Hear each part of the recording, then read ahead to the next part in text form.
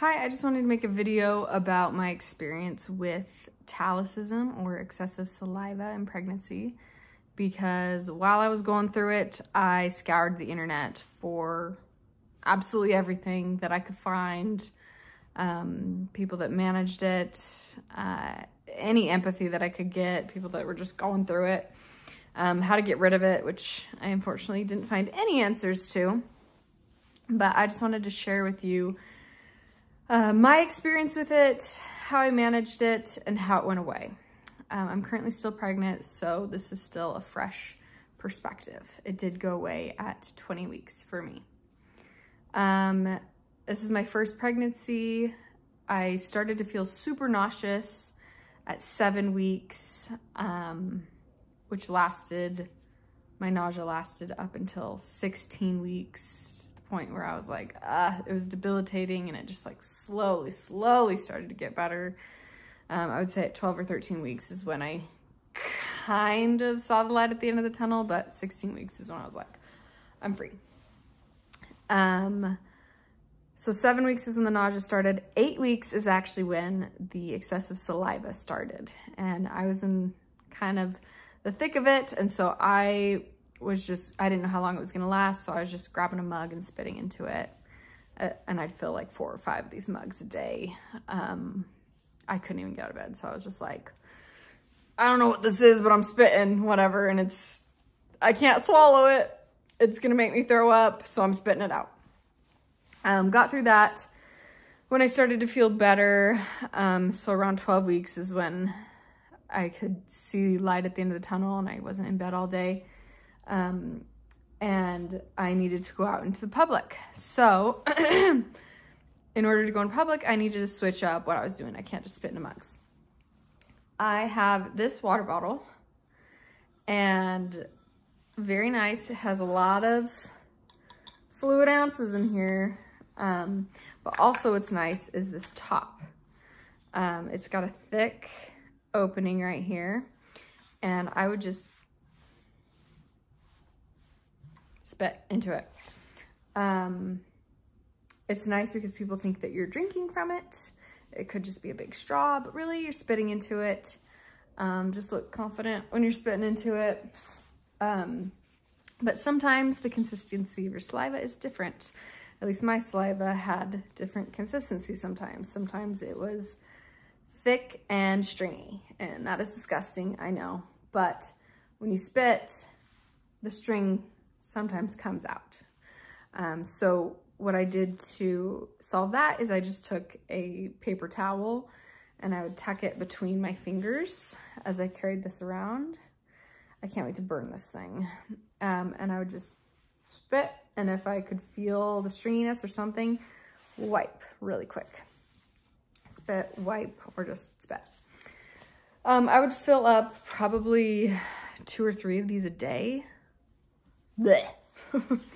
I recommend dumping it out and cleaning it as often as you can, just because it's kind of gross when it gets full.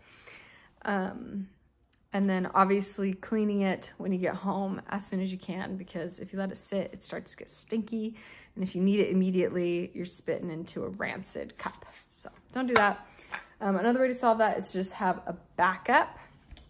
And this was my backup cup like that, or bottle to take out. This one I can link below is from Amazon, and it collapses and gets smaller. It's got the same top here. Kind of fun. You can get bottles like that on Amazon.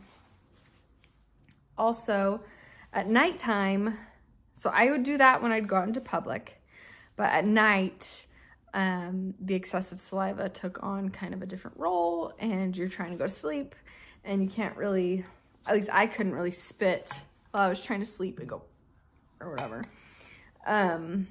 So I got something with a larger spitting area. These are called spit buds. They're for tobacco users that are spitting. So I got this. It came with like a little thing at the bottom here, but I just threw it away. But they have these little funnel cups, and you put it on. I will say they're not super sturdy, and sometimes you have to really slam it on there. But I recommend the thicker ones like this. They don't go through the wash very well because look, it got all the paper wet from the wash. And then this one I put through the wash and it actually melted the cup a bit and made it straight right there. So I can't really fit the funnel on very well. So I'd have to spit like this when I had just this one. But definitely have two. I'd keep one by my nightstand and one in the living room for when I'm watching TV, and one when I'm just going to bed. But as I'd go to bed, I would spit for 30 minutes to an hour, waiting for it to die down as I laid. Because when I would lay down, it was like the spit, I would choke on it a little bit and it just died down eventually. My spit did after laying. And so I'd spit into this for like half hour to an hour. Miserable, right? But then sometimes you just get tired and you don't want to spit anymore. I'd also have just a rag underneath my face just to drool onto, especially in the middle of the night, you need to drool onto it. Sometimes I'd use tissues, but that got a little bit too much. I know some women use full towels, and when they wake up, it's completely drenched. Oh, my heart. That's an option. And I've also seen or heard people using diaper pads. So, you know, you change your baby on and it soaks up everything. So if you just put the diaper pad on your pillow or pregnancy pillow and just lay with that on it, that might work too. And you can just rip it off and throw it away and put a new one. So that's kind of how I would store my spit throughout the day. In aspect of foods that helped or like slowed down my saliva, definitely vegetables. So carrots, baby carrots helped a lot. I would say that is one that really worked the best. I would eat bell peppers, or the mini ones, mini bell peppers, sweet peas, just kind of like those neutral vegetables. I guess bell peppers are a little spicier. And sometimes neutral fruits, those would work as well. Strawberries sometimes work, sometimes they were sour and activated it a little bit more. Nuts help a little bit. But I would constantly be drinking cold water because that helped with the gag. So keeping your water nice and cold. Yeah, and I would try to stay away from foods that triggered the saliva. So I know that sweets do trigger it, and sour foods, obviously, spicy foods, but sometimes you just gotta eat what you gotta eat, you know? And just deal with it, because you got the benefit from eating such great food.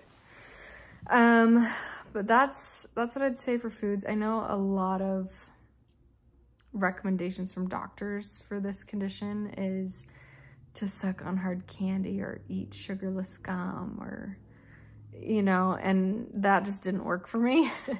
And I know it didn't work for a lot of other people. It just made it easier for them to swallow their spit. But with the amount of spit that I was producing and like the texture of it, it just was not happening. And swallowing it obviously is very hard and makes you nauseous because it has that bitter taste to it, and it'll eventually make you throw up, right?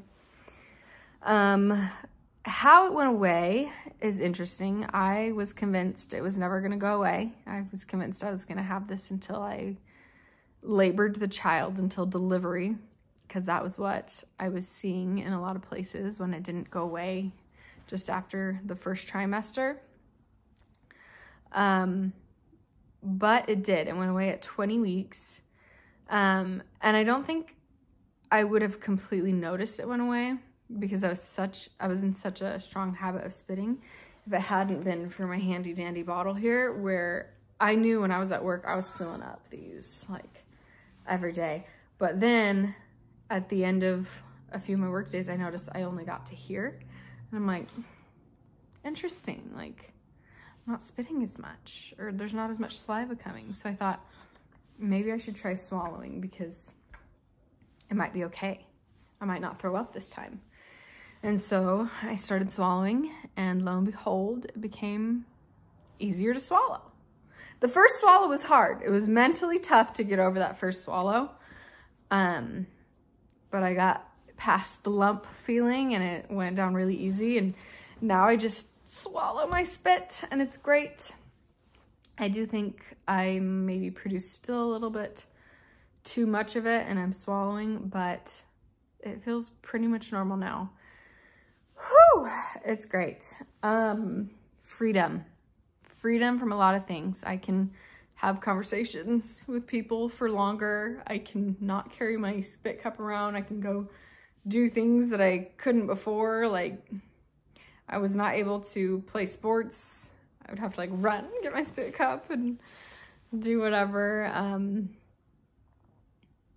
I was about to get a facial with my mom and I was like, wait, I can't. But now it went away. But I feel so bad for all the women who are going through it because it sucked. I complained every single day. I'm sure my husband was sick of it. Yeah, and it's not a good symptom. And just know that you're amazing for even going through it because that is horrible. And I hope that it goes away quickly for you and that you don't have it in your next pregnancy if you get pregnant again. I think that's all of the little tips and tricks that I had. Let me check.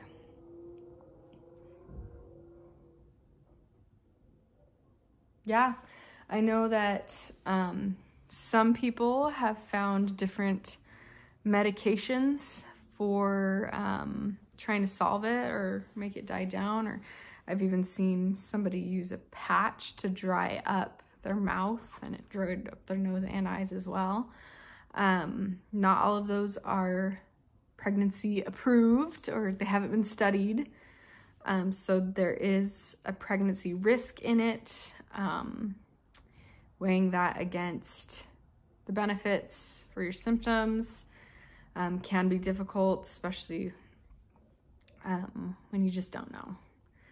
So I didn't find any medication for it or anything that was pregnancy approved or low risk in pregnancy.